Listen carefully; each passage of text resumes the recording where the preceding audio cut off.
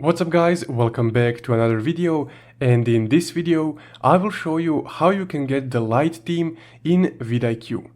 Also, if you don't have a VidIQ account already or you just want to open a fresh account, you can use my sign up link in the description below, and that way you'll support the channel in the same time. So let's get started. Once you open up your VidIQ account, you will automatically be on your VidIQ dashboard. So on your left side, you can find all the tools that VidIQ offers. And on your right side, in the upper right corner, you can find your channel icon.